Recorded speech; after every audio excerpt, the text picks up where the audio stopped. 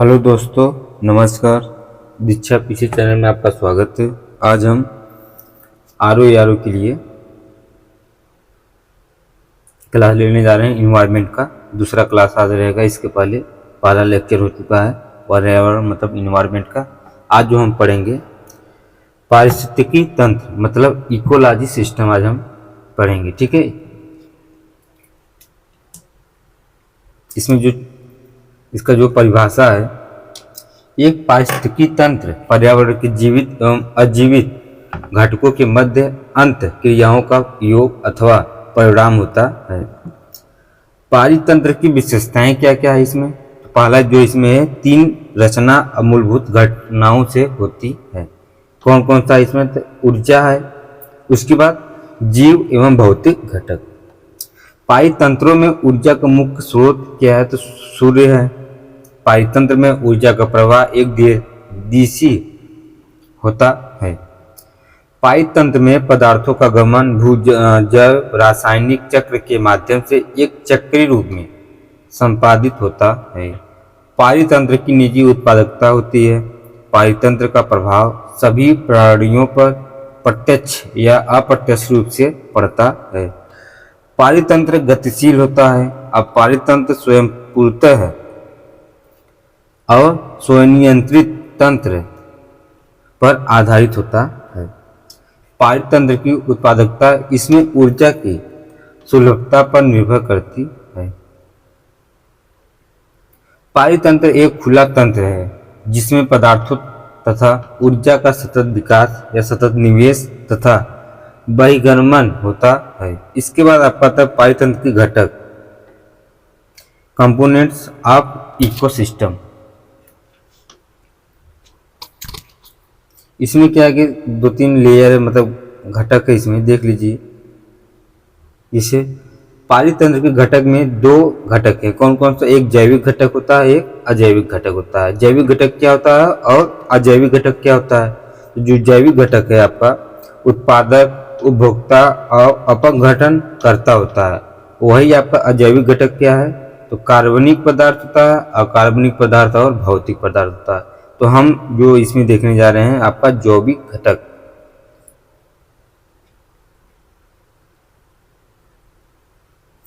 इसमें जैविक घटक में शामिल तत्वों को तीन भागों में विभाजित किया जाता है। पहला का है उत्पादक, दूसरा उपभोक्ता और तीसरा अपन घटन करता है। इसमें उत्पादकता क्या होता है? तो ये स्वयं पोषी होते हैं तथा अपना भोजन स्वयं बनाते हैं।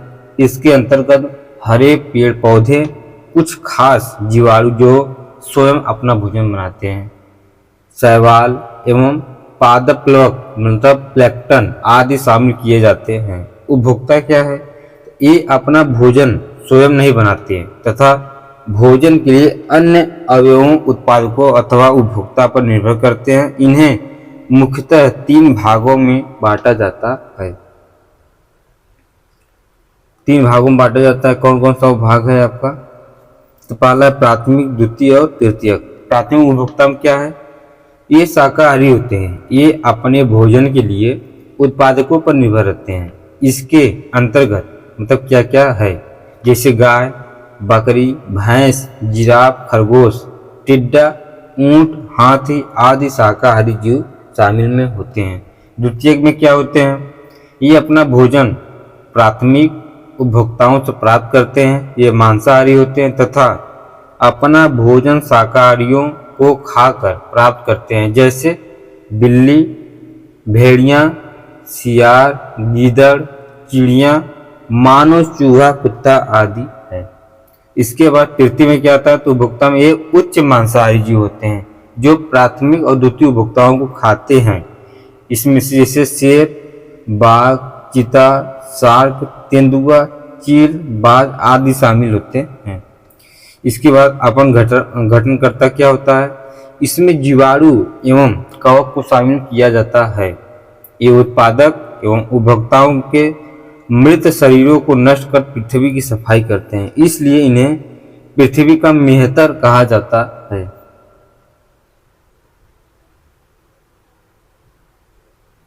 इसके बाद आपका अजैविक घटक, अभी हम इसके पहले जैविक घटक देखे हैं, अब अजैविक घटक देखेंगे जो कि अबायोटिक और कंपोनेंट्स, मतलब घटक और महत्व। इसमें डालिए, देखिए जैसे प्रकाश। प्रकाश संश्लेषण के लिए आवश्यक होता है कि सभी जीवों के लिए प्रकाश ऊर्जा का अंतिम स्रोत है। वहीं वर्षा यह जल वितरण वनस्पतियों के उगने आदि के लिए आवश्यक है। तापमान क्या है, तो अनेक जीव अपनी क्रियाकलाप मतलब 30 डिग्री आप और 125 डिग्री एफ के मध्य ही कर सकते हैं। तापमान में परिवर्तन सीमाकारी कारक के रूप में कार्य करता है। इसके बाद गैसें हैं, मतलब गैसें में स्थलीय एवं जलीय दोनों प्रकार के जीवों के लिए वायुमंडलीय गैसों की आवश्यकता होती है। और ऊंचाई में विभिन्न ऊंचाइयों पर जलवायु, वर्षा एवं तापमान में विभिन्नताएं पाई जाती हैं जो कि वनस्पति एवं जीवों की उपस्थितियों को निर्धारित करते हैं। अंशांश क्या है, तो अंशांश में परिवर्तन तापमान, वर्षा, जलवायु में परिवर्तन लाता है। अतः पारितंत्र के लिए यह भी महत्वपूर्ण कारक होता है। अंशांश मतलब जैसे आपका 100 डिग्री हो गया, इस पर देखिए इसके आसपास का जो क्षेत्र होता है आपका, ये तापमान, वर्षा, जलवायु परिवर्तन लाता है। इसके बाद स्थलाकृतियां क्या है, अलग अलग प्रकार के स्थल रूप जैसे पर्वत, घाटी, भृगु, चट्टानें आदि भिन्न भिन्न प्रकार के पारितंत्र को प्रभावित करते हैं। इसके बाद आपका आता है पारितंत्र के प्रकार। पारितंत्र के कितने प्रकार होते हैं, हम चलें इसको देखें। जैसे पारितंत्र में 2 प्रकार के पारितंत्र होते हैं, एक प्राकृतिक पारितंत्र, एक मानव निर्मित पारितंत्र। प्राकृतिक पारितंत्र में क्या क्या है, इसमें एक है आपका स्थलीय पारितंत्र, दूसरा क्या है जलीय पारितंत्र। और स्थलीय पारितंत्र में क्या है, तो वन है, घास का मैदान, मरुस्थल, टुंड्रा। इस पर जलीय पारितंत्र में क्या था, अलवण जलीय, समुद्री और प्रकाश संस्करण या प्रकाश संक्रमण प्रकार है। इसमें हम लोग आप देखेंगे स्थलीय पारितंत्र क्या होता है। क्या स्थलीय पारितंत्र में, तो इसमें पहला है आपका वन पारितंत्र। वन पारिस्थितिकी तंत्र के लिए तापमान, आर्द्रता एवं मृदा अनिवार्य होता है। वन में क्या क्या है, एक उष्णकटिबंधीय वन होता है, शीतोष्ण कटिबंधीय और शंकुधारी टाइगा वन होता है। अब उष्णकटिबंधीय वन में क्या क्या है, तो सदाबहार वन और पर्णपाती या मानसूनी वन होता है। इसके बाद शीतोष्ण कटिबंधीय और शंकुधारी या टाइगा वन में, अब शीतोष्ण कटिबंधीय में क्या क्या, सदाबहार वन, पर्णपाती वन और भूमध्य सागरीय वन होता है। अब इसमें हम लोग देखेंगे उष्णकटिबंधीय वन में क्या क्या पाया जाता है, इसका विशेषताएं क्या क्या है। जैसे उष्णकटिबंधीय क्या है, एक सदाबहार वन है। वितरण मतलब अमेजन में बेसिन, कांगो बेसिन, अफ्रीका का गिनी तट और अंडमान निकोबार द्वीप समूह, जावा, सुमात्रा, उत्तरी पूर्वी ऑस्ट्रेलिया और दक्षिण पूर्वी एशिया, दक्षिण मध्य अमेरिका आदि क्षेत्रों में ये पाया जाता है। कौन सा, उष्णकटिबंधीय सदाबहार वन। इसके बाद इसकी विशेषताएं क्या क्या है, जिसे मुख्यतः भूमध्य रेखा के उत्तर एवं दक्षिण में 28 अंशांश तक विस्तृत होता है। कितना, जैसे आपका ये हो गया भूमध्य रेखा 0 डिग्री, अब करा इसके भूमध्य रेखा के उत्तर और दक्षिण में, जैसे यहाँ से लेके यहाँ तक के बीच में, ये आपका जैसे 28 डिग्री है, यहाँ 28 डिग्री, इसके बीच में जो है कह रहा है कि आपका अंशांश की विस्तार होती है। इसके बाद आपका साल भर वर्षा, एक साल भर समान जलवायु वाला क्षेत्र, तापमान एवं आर्द्रता बहुत अधिक होता है। वर्षा साल भर होती है, औसत वार्षिक वर्षा 200 सेंटीमीटर से अधिक होता है। इसके बाद यह लेटराइट प्रकार की मिट्टियां पाई जाती है। यहाँ कैसी प्रकार की मिट्टी पाई जाती है, तो लेटराइट मिट्टी पाई जाती है। इसमें क्या है कि वनस्पतियों की विशेषताएं क्या क्या हैं, वही तो हम लोग देखे हैं। इसके भूमध्य सागर के आसपास का क्षेत्र अब हम लोग देखेंगे वनस्पतियों की विशेषताएं, क्या प्रकार की क्या क्या चीजें इसमें पाई जाती है। जैसे ऊंचे वृक्ष, ऊंचाई मतलब 30 से 40 मीटर तक। दूसरा, वृक्षों के ऊपरी भाग कैनोपी बनाते हैं। पत्तियां चिकनी, मोटी एवं सदाबहार वन होती हैं। जमीन पर प्रकाश नहीं पहुंचता। धरातल पर वनस्पतियां बहुत कम मात्रा में होती हैं। यहाँ अधिपाद और कठलताएं होती हैं। इसके बाद लाइनाना जो पाए जाते हैं, इसमें पाए जाने वाले वृक्ष, जो कौन कौन से वृक्ष इसमें पाए जाते हैं, तो जैसे मोहगनी, उसके बाद आबनूस, रोजवुड आदि कठोर लकड़ी वाले वृक्ष पाए जाते हैं। पाए जाने वाले जानवर क्या क्या है, तो हाथी, बंदर, गैड़ा, सुअर, शेर, बड़े बड़े जानवर और पेड़ के ऊपर रहने वाले जानवर हैं।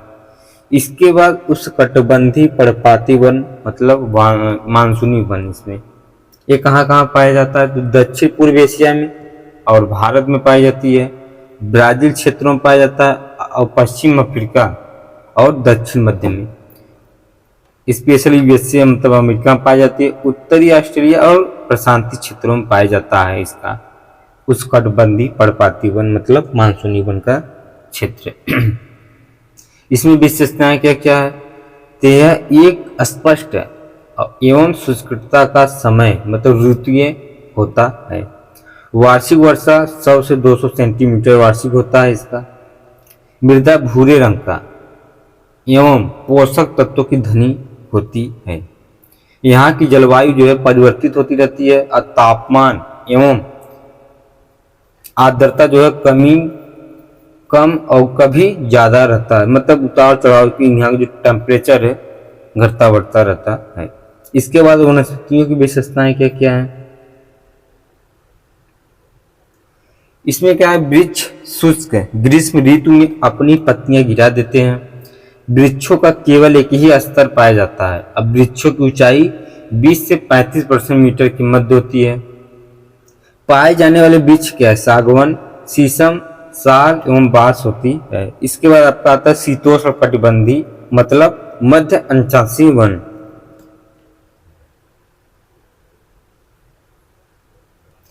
जो इसका वन है वो शीतोष्ण कटिबंधीय है, मतलब कैसा है तो सदाबहार वन है। ये कहाँ पाया जाता है, तो दक्षिण चीन में, जापान में, दक्षिण ब्राजील, दक्षिण पूर्व संयुक्त राज्य अमेरिका में पाया जाता है। इसका विशेषताएं क्या क्या है, तो ये वन उपोष्ण प्रदेशों में, महाद्वीपों के पूर्वी तटीय भागों में पाए जाते हैं। अब पाए जाने वाले वृक्ष जो हैं चौड़ी पत्ती वाले वृक्ष जैसे लारेल, मैग्नोलिया, यूकोलिप्टस आदि हैं। इसके बाद शीतोष्ण कटिबंधीय मतलब पर्णपाती वन होते हैं। ये उत्तर पूर्व अमेरिका, दक्षिण चिली एवं शीतल जलवायु वाले प्रदेश में पाए जाते हैं। इनकी विशेषताएं क्या क्या है, तो इन वनों में वृक्ष शीत ऋतु में अपनी पत्तियां गिराते हैं। इन प्रदेशों में ग्रीष्म ऋतु लंबी एवं शीत ऋतु होती है। यहाँ व्यापक वर्षा होती है। यहाँ पॉट जाल प्रकार की मिट्टी पाई जाती है। इन वनों में पाए जाने वाले वृक्षों में चौड़ी पत्ती वाले वृक्षों की अधिकता होती है। अब पाए जाने वाले वृक्ष लॉरेल, मैग्नोलिया, वायलन, मैपल, चेस्टनट, एस, बिच, बलूत, हिकोनी, पॉपुलर एवं साइकामोर आदि होती है। इसके बाद भूमध्य सागरीय वन क्या है, ये किस क्षेत्र में पाया जाता है, मध्य अक्षांशों में, महाद्वीपों के पश्चिमी भाग में पाया जाता है। यहाँ ग्रीष्म ऋतु गर्म एवं शुष्क तथा शीत ऋतु ठंडी एवं महाद्वीपों के पश्चिमी भाग में पाया जाता है। यहाँ वर्षा ग्रीष्म ऋतु में न होकर शीत ऋतु में होती है, मतलब ठंडी में। इस पारितंत्र को बाज वन या चैम्परल भी कहा जाता है। पाए जाने वाले वृक्ष कौन कौन से हैं इसके, जैसे कार्क, जैतून, पाइन तथा रसदार फलों के वृक्ष जैसे अंगूर, नींबू, नारंगी, अनार एवं नाशपाती आदि पाई जाती है। इसके बाद शंकुधारी या टैगा वन क्या होता है, तो इसका विस्तार कितना है, आर्कटिक वृत्त मतलब 66 अंश कि चारों ओर एशिया, यूरोप और उत्तरी अमेरिका महाद्वीप में एवं ऊंचे पर्वतों पर पाया जाता है। जैसे देखिए ये आपका 0 डिग्री इक्वेटर हो गया, भूमध्य रेखा, ठीक। इसके बाद आपका ये 20 का जो है आपका 33.5 अंश है, कर्क रेखा वाली है। इसके बाद ये जो है आपका मकर रेखा कितना है, 66.5 अंश का। इसी के क्षेत्र पर आकृत वृत्त होती है जो चारों ओर एशिया, यूरोप और उत्तरी अमेरिका महाद्वीप में ऊंचे पर्वतों पर पाई जाती है। इसके बाद पाए जाने वाले वृक्ष कौन कौन से, तो इसमें चीड़ है, देवदार है, फर और स्प्रूस आदि पाए जाते हैं। इसके बाद पाए जाने वाले जीव जंतु कौन कौन से इसमें, जैसे लोमड़ी, मृग, समूर, साइबेरियन क्रेन आदि। इन वनों के वृक्ष कोड़धारी होते हैं, पत्तियां नुकीली एवं पतली होती है ताकि बर्फ न जम सके एवं वाष्पोत्सर्जन भी कम हो। इसके बाद इन वनों की लकड़ी जो है मुलायम होती है। यहाँ अम्लीय पौधजाल मिट्टी पाई जाती है। शंकुधारी वनों का विस्तार जो सभी वन क्षेत्रों में सर्वाधिक है, जबकि इनकी जैव विविधता एवं उत्पादकता अन्य वन पारितंत्र से कम होता है। इसके बाद आपका घास का जो पारितंत्र होता है, घास के मैदान उन क्षेत्रों में पाए जाते हैं जहां सुपरिभाषित उष्ण और शुष्क, गर्म एवं वर्षामय जलवायु होती है। घास स्थल जो है पारितंत्र को सवाना पारितंत्र भी कहा जाता है। घास पारितंत्र में वृक्षहीन शाकी पौधों का आवरण हो रहता है। घास स्थलीय क्षेत्र कम वार्षिक वर्षा वाला होता है जो कि 25 से 75% सेंटीमीटर प्रति वर्ष के बीच रहती है। घास स्थल प्राथमिक उत्पादकता वर्षा की मात्रा से सीधे संबंधित रहती है। घास स्थल में औसतन कुल जीव भार का लगभग आधा भाग जमीनी सतह के नीचे अवस्थित रहता है। प्राथमिक उत्पादकता की तुलना में जड़ों की भागीदारी ज्यादातर होती है जो कि कुल उत्पादकता का 75% से लेकर 85% तक होती है। घास के मैदान धरातल का लगभग 20% भाग घिरे हुए हैं। ये उष्ण एवं शीतोष्ण दोनों पक्षों में पाए जाते हैं। जैसे विश्व के घास के मैदान में कौन कौन सा घास का मैदान है, जैसे घास के मैदान क्षेत्र जो पियरी है आपका उत्तरी अमेरिका में पाया जाता है। स्टेपीज यूरेशिया में, डाउन्स जो है ऑस्ट्रेलिया में पाया जाता है, कैटन या कैटनबरी जो है न्यूजीलैंड में पाया जाता है, कैंपोस ब्राजील क्षेत्र में पाया जाता है। घास का मैदान क्षेत्र जो है सवाना जो है अफ्रीका क्षेत्र में पाया जाता है, पंपास दक्षिण अमेरिका में, वेल्ड जो है दक्षिण अफ्रीका में पाया जाता है। पुस्ताज कहाँ पाई जाती है, तो हंगरी में। इसमें जो इम्पोर्टेंट हम उसको आपको बता दे रहे हैं, जैसे पियरी आपका होगा, स्टेपिस, डाउन्स, इसके बाद सवाना, पंपास, ये जो है आपके इम्पोर्टेंट है, इसको आप लोग लिख लीजिएगा। यहाँ से क्वेश्चन लगभग एक क्वेश्चन तो जरूरी ही बनता है घास के मैदान से। इसके बाद आपका आता है मरुस्थलीय पारितंत्र। तापमान के आधार पर मरुभूमि को गर्म मरुभूमि तथा ठंडी मरुभूमि में विभाजित किया जाता है। अधिकतर जो है मरुस्थलीय उत्तरी और दक्षिणी गोलार्ध के उष्णकटिबंधीय कर्क और मकर रेखा के पास महाद्वीपों के पश्चिमी तट पर 15 डिग्री से 35 अंशांश पर पाई जाती है। मरुस्थलीय वनस्पतियों की विशेषताएं क्या क्या है इसमें, तो ये अधिकतर झाड़ियां होते हैं, इनमें पत्तियां नहीं होती है या फिर बहुत छोटी सी होती है और बहुत नुकीली होती है। पत्तियां तथा तने गूदेदार होते हैं जो जल को संचित रखते हैं। कुछ पौधों के तनों में प्रकाश संश्लेषण के लिए क्लोरोफिल पाया जाता है। धरातल के अंदर जल के प्रभाव के कारण इनकी जड़ें बहुत लंबी होती है तथा गहराई तक विस्तृत होती हैं। इनमें पाए जाने वाले प्रमुख पौधे नागफनी, बबूल, यूफोर्बिया आदि होते हैं। इसके बाद मरुस्थलीय क्षेत्र की भौतिक विशेषताएं क्या क्या है इसमें, तो यहाँ वार्षिक वर्षा 30 सेंटीमीटर से कम होती है। मरुस्थल में दिन का तापमान बहुत अधिक एवं रात का तापमान बहुत कम होता है। यहाँ दैनिक तापांतर बहुत अधिक पाया जाता है। मतलब यहाँ जो दिन की टेम्परेचर होता है वो अधिक होता है और रात का टेम्परेचर बहुत कम होता है। कहाँ पर? मरुस्थलीय क्षेत्र पर। इसके बाद आपका मरुस्थलीय मृदा आती है बुलई या बलुई, एक लवड़ी होती है। ये पोषक तत्वों में धनी होते हैं। मरुस्थलीय पारतंत्र में जीव संख्या कम होता है। यदि जल की आपूर्ति कर दी जाए तो मरुस्थलीय जो मृदा होती है अत्यधिक उपजाऊ होती है। मरुस्थलीय पारतंत्र जीवों की विशेषताएं क्या क्या है इसमें? तो जैसे ये तेज दौड़ने वाले जीव होते हैं। ये प्रायः रात्रिचर जीव होते हैं जो सूर्य की गर्मी से दूर रहते हैं। मतलब ये रात को दिखाई देंगे और सूर्य की जब तक प्रकाश रोशनी रहेगा उससे दूर कोशिश रहेंगे। इस कोशिश का इन लोग का रहता है कि हम दूर रहें। ठीक, ये गाढ़ मूत्र का उत्सर्जन करके जल को संरक्षित रखते हैं। जंतु एवं पक्षी सामान्यतः लंबी टांगों वाले होते हैं। यहाँ पर यहाँ छोटी टांगों वाली नहीं पाई जाती हैं जंतु। ऊंट के पैरे गद्दीदार होते हैं एवं कई दिनों तक बिना पानी पिए रह सकते हैं।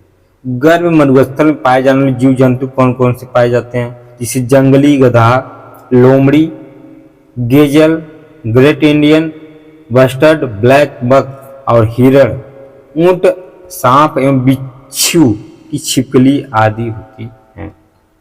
शीत मरुस्थल में पाए जाने वाले जीव जंतु कौन कौन से हैं? जैसे चीरू, हेमतेंदुआ, जंगली याक और एशियाटिक आइबैक मतलब भूरा भालू, कियाग और नेक्ड क्रेन आदि पाए जाते हैं। इसके बाद आपका आता है टुंड्रा। टुंड्रा क्या है? पारितंत्र एक है। ये टुंड्रा जो है दो प्रकार के होते हैं। पहला कौन? आर्कटिक टुंड्रा, दूसरा अल्पाइन टुंड्रा। आर्कटिक टुंड्रा क्या होता है? तो यह उत्तरी एवं दक्षिणी गोलार्ध में आर्कटिक वृत्त से ऊपर वृक्ष रहित क्षेत्र है। वहीं अल्पाइन टुंड्रा जो है वो आपका यह पर्वतों का अति उच्च बर्फ से ढका हुआ भाग होता है। वितरण क्या क्या है इसके? तो आर्कटिक टुंड्रा उत्तरी गोलार्ध में वृक्ष सीमा के ऊपर ध्रुवीय हिम आवरण के नीचे एक सतत मिट्टी के रूप में फैला हुआ है। उत्तरी कनाडा, अलास्का, यूरोपीय रूस, साइबेरिया एवं आर्कटिक महासागर के द्वीपों में फैला हुआ है। दक्षिणी ध्रुव जो है आर्कटिक टुंड्रा बहुत होता है।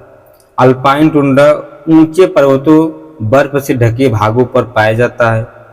टुंड्रा पादपों की विशेषताएं क्या क्या है? यहाँ अधिकतर गुच्छेदार घासी पाई जाती है जिनकी ऊंचाई 5 से 8 सेंटीमीटर तक होती है। यहाँ विश्व की कुल उत्पादक या पादक प्रजातियों का 3% ही विकसित हो जाती या हो पाती है। यहाँ पाए जाने वाले प्रमुख पादपों में आर्कटिक दलदल, कारुबू मांस, पास्क्यूल मूल या फूल, गुच्छेदार सैक्सीफेज, बियरबेरी आदि पाए जाते हैं। इसके बाद टुंड्रा पारतंत्र में जंतुओं की विशेषताएं क्या क्या है? सर्दी से बचने के लिए इनके शरीर पर मोटी उब त्वचा और एपिडर्मल रोम पाए जाते हैं। टुंड्रा के स्तनधारियों के शरीर का आकार बहुत बड़ा होता है लेकिन पूंछ एवं कान का आकार बहुत छोटा होता है ताकि उनके पृष्ठ सतह से ऊष्मा की हानि को रोका जा सका। तापरोधन के लिए उनकी शरीर फर से ढका हो रहता है। टुंड्रा प्रदेश के प्रमुख जंतु ध्रुवीय भालू, रेंडियर सील, वायलस, कारुबू, कस्तूरी बैल, आर्कटिक लोमड़ी, लोमिक बर्फ, उल्लू, मछखरा, बतख एवं गिलहरी आदि हैं। इसके बाद जली पारतंत्र होता है। इसमें जली पारतंत्र में क्या क्या है पहला हम लोग देख चुके, अब दूसरा में जली पारतंत्र में जैसे इसमें पारतंत्र और विशेषताएं होती हैं। तो खुला समुद्र क्या है इसमें? तो समुद्री पारतंत्र में आहार श्रृंखला, सूर्य प्रकाश, ऑक्सीजन और कार्बन डाइऑक्साइड की सुलभता, लवणता, पोषक तत्वों की उपलब्धता आदि पर निर्भर रहती है। समुद्र में 200 मीटर तक मंडल को प्रकाशित तथा उससे नीचे के क्षेत्र को अप्रकाशित क्षेत्र कहते हैं। खुला समुद्र पारितंत्र समुद्र का प्रकाशित मंडल होता है जो सतह से 200 मीटर की गहराई तक ही मुख्यतः पाए जाते हैं। प्रकाशित मंडल में प्राथमिक उत्पादक फाइटोप्लैंक्टन एवं हरे पौधे प्रकाश संश्लेषण द्वारा कार्बनिक पदार्थों का संश्लेषण करते हैं।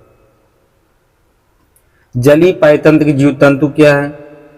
तो प्लैंक्टन समुदाय मतलब शैवाल, फ्लैक्स तथा साइनोबैक्टीरिया, जूप्लैंक्टन, कोपार्ड, क्रिल, जेली फिश आदि होते हैं। नेप्टन समुदाय क्या तो herring, plaice, cod, squids, seal, डूथेड, व्हेल, डॉल्फिन, सी काऊ आदि होते हैं।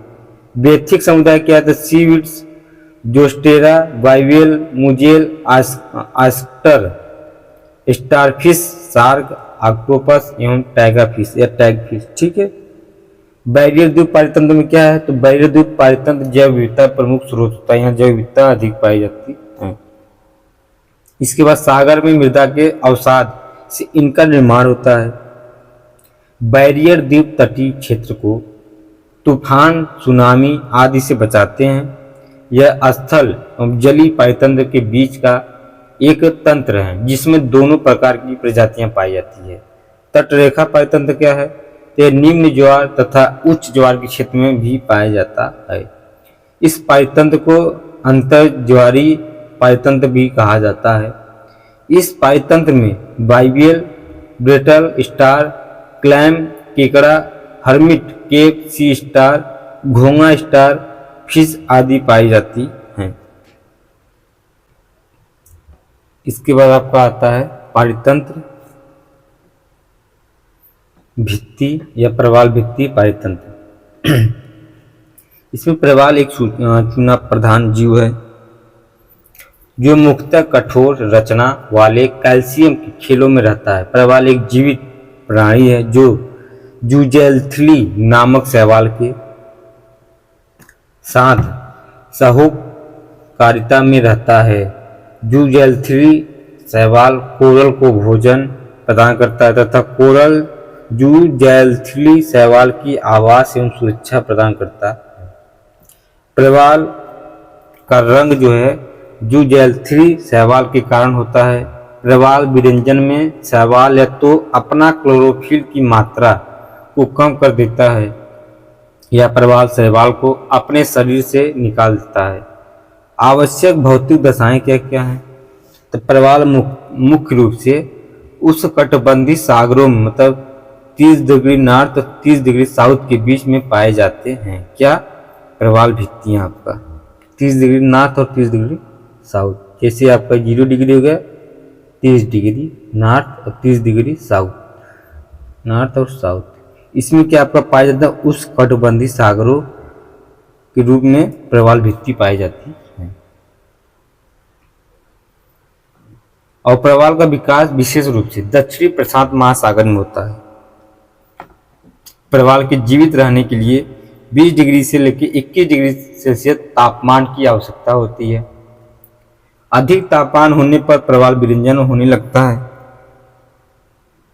प्रवाल के लिए कम गहराई वाला उथला सागरीय तट के समीप का स्थान सर्वाधिक उपयुक्त होता है। अधिक गहराई में प्रकाश एवं ऑक्सीजन की कमी होती है। जल अवसाद रहित होना, अवसादों के कारण प्रवाल के मुख बंद हो जाते हैं एवं वे मर जाते हैं। जल की लवणता सामान्यता होनी चाहिए 27% से लेकर 35% तक का। कोरल मुख्यतः क्या होता है? कोरल ये महाद्वीपों तटों के आसपास पाए जाते हैं क्योंकि महासागरीय धाराएं उन्हें आवश्यक भोजन सामग्री प्रदान करती है एवं यह गहराई भी कम होता है। यहाँ कोरल के लिए स्वच्छ एवं सामान्य लवणता वाला जल उपयोगी है किंतु नदियों द्वारा सागरीय जल में मिलने वाले स्थानों पर प्रवाल भित्ति नहीं पाए जाते हैं क्योंकि गतिशील जल में वे अपनी कॉलोनियां नहीं बना पाते हैं। इसके बाद प्रवाल भित्तियां को खतरा क्या क्या है? जैसे El Nino, global warming, hurricane और समुद्री प्रदूषण होता है। अवसादों में वृद्धि क्या है? तो सागरीय अम्लीकरण, कोरल खनन और रोग, जहाजों की धुलाई में परमाणु परीक्षण, समुद्री पर्यटन और तटीय विकास होता है। और प्रवाल खाने वाले समुदाय में मछली पकड़ने की गलती पद्धति होती है। प्रवाल विरंजन मतलब कोरल ब्लीचिंग, प्रकाश की तीव्रता बढ़ने तथा अर्थात ग्लोबल वार्मिंग से प्रभाव में उपस्थित जूजैथिली प्रकाश संश्लेषण की दर को बहुत अधिक बढ़ा देता है, जिससे प्रवाल के ऊतकों में ऑक्सीजन खतरनाक स्तर तक बढ़ जाती है। इसे प्रति संतुलन करने के लिए या तो प्रवाल जूजैथिली को अपने शरीर से निकाल देता है या जूजैथिली खुद को रंगीन क्लोरोफिल की मात्रा को कम कर देते हैं। दोनों ही परिस्थितियों में प्रवाल में पोषक तत्वों में कमी आ जाती है और वे अपने वास्तविक सफ़ेद रंग में दिखने लगते हैं। यही प्रक्रिया जिसमें प्रवाल रंगीन से सफ़ेद रंग में बदल जाता है या प्रवाल विरंजन कहलाता है। इसके बाद संक्रमणकालीन जलीय पारितंत्र क्या है, इसमें ज्वारन मुख पारितंत्र, उसके बाद आर्द्र भूमि पारितंत्र, उसके बाद मैंग्रोव पारितंत्र होता है। ज्वारन मुख पारितंत्र क्या है? ज्वारन मुख में नदियां जब डेल्टा न बनाकर सीधे समुद्र में मिल जाती है तब एस्चुरी का निर्माण होती है। इसे संक्रमण स्थल इसलिए कहा जाता है क्योंकि यहाँ नदियाँ समुद्र से मिलती हैं और समुद्र व नदियाँ दोनों के पारितंत्रों का मिलन स्थल होता है। यह एक ऐसा तटीय क्षेत्र होता है जिसका मुंह समुद्र की ओर खुला रहता है। ज्वारन मुख पारितंत्र की विशेषताएं क्या क्या है इसमें और कौन कौन सी विशेषताएं पाई जाती हैं? जैसे यहाँ नदियाँ एवं समुद्र दोनों की विशेषताएं पाई जाती है। और एस्चुरी क्षेत्र की लवणता 0.5 पीपीटी, क्या पीपीटी कितना 0.5 से 35 पीपीटी के बीच होता है। एस्चुरी विश्व के सर्वाधिक सघन बसावट वाले क्षेत्रों में से एक है। यहाँ ज्वारी गतिविधियाँ सीमित रहती हैं, अतः यह शांत क्षेत्र होता है जो उनके जीव जंतु के निवास के लिए अनुकूल होता है। इसके बाद एस्चुरी प्रदूषण को नियंत्रित करता है। भारत में एस्चुरी बनाने वाली नदियां कौन कौन सी हैं? तो माही, तापी, नर्मदा और मांडवी। ये जो माही, तापी, नर्मदा है सब, जैसे नर्मदा तापी आपका एमपी, माही आपका गुजरात, मांडवी भी आपका यहाँ से गोवा से लगभग निकलती है। सब क्या बनाती है? तो एस्चुरी बनाने वाली नदियां भारत में। आर्द्र भूमि पारितंत्र क्या है? तो रामसर कन्वेंशन द्वारा ही यह दी गई परिभाषा के अनुसार दलदल पंख भूमि, पीठ भूमि या जल कृत्रिम या प्राकृतिक, अस्थायी या अस्थायी, स्थिर जल या गतिमान जल तथा ताजा खारा जल युक्त जल क्षेत्रों को आर्द्र भूमि कहते हैं। आर्द्र भूमि का वर्गीकरण क्या क्या है? तो समुद्र तटीय आर्द्र भूमि जैसे खाड़ी, जलडमर, मध्य, कोरल रीफ, एस्चुरी, लैंगून, मैंग्रोव बनाते हैं। और वहीं अंतःस्थलीय आर्द्र भूमि क्या है? तो झील, तालाब, डेल्टा, क्रीक, अनूप, कच्छ, मानव निर्मित आर्द्र भूमि होते हैं। इनकी विशेषताएं या समस्याएं क्या क्या हैं? तो समुद्र स्तर का बढ़ना समस्या है, जलवायु परिवर्तन होना, अति मत्स्यन और पर्यटन होना, कृषि, वानिकी आदि के लिए उजल निकासी, और बाढ़ के लिए बांध, टाइग और समुद्री दीवार का निर्माण, बाढ़, सूखा, भूमि जल का अतिदोहन होता है, उर्वरक पेस्टिसाइड का मिलना होता है, हरिकेन आदि तूफान आदि का खनन और अपरदन। इसके बाद आर्द्र भूमियों पर रामसर सम्मेलन कब हुआ था? तो 1971 में। यह सम्मेलन रामसर ईरान में हुआ था 1971 में। संपन्न अंतर सरकारी बहुउद्देशीय सम्मेलन था। इस सम्मेलन में आर्द्र भूमियों, उनके संसाधनों के संरक्षण और युक्ति युक्त उपयोग के लिए राष्ट्रीय कार्यवाही एवं अंतर्राष्ट्रीय सहयोग की रूपरेखा तय हुई है। यह समझौता 1975 में लागू हुआ तथा भारत में 1982 में इसमें शामिल हुआ था। पक्षकार देशों के प्रमुख दायित्व आर्द्र भूमियों को अंतर्राष्ट्रीय महत्व की आर्द्र भूमि सूची में शामिल करना है। आर्द्र भूमियों का उनके क्षेत्रों में बुद्धिमत्तापूर्ण उपयोग को बढ़ावा देना है। सीमा क्षेत्रीय आर्द्र भूमियों 2 या 2 से अधिक देशों के सीमाओं पर अवस्थित है और साझा पानी अवस्थाओं आदि में अंतर्राष्ट्रीय सहयोग को बढ़ावा देना है। आर्द्र भूमियों को रिजर्व बनाना है। इसके भारत के रामसर स्थल, ठीक है, तो इसको हम लोग जो है अगले वीडियो में देखेंगे, ठीक है। इसमें कितना भारत राम स्थल से जुड़े हुए हैं, ठीक है। अब इसके पहले हम एक लेक्चर ले चुका है या दूसरा लेक्चर था, ठीक है। तो आप लोग अच्छी वीडियो देखिए, जो भी सुझाव आप कमेंट में शेयर कर सकते हैं और आप लोग लगातार देखिए। इसके बाद हम जो है आपका जियोग्राफी लाएंगे, उसको भी कंप्लीट कर देंगे। इसके बाद मॉडर्न हिस्ट्री आपका कंप्लीट हो चुका है, साइंस का वीडियो लाएंगे आपका कंप्लीट। तो ऐसे ऐसे हम आपका सब्जेक्ट पूरा करा देंगे एग्जाम के 2 महीना पहले ही। फिर इसके बाद टेस्ट सीरीज चालू हो जाएगी आपकी। लगातार टेस्ट सीरीज आप लोग करते रहिए अच्छे से, ठीक है। तो आप लोग पढ़ते रहिए, लगातार कंटिन्यू वीडियो देखते रहिए। इसको शेयर करिए, लाइक करिए। जो भी सुझाव कमेंट में हमको शेयर कर सकते हैं। धन्यवाद।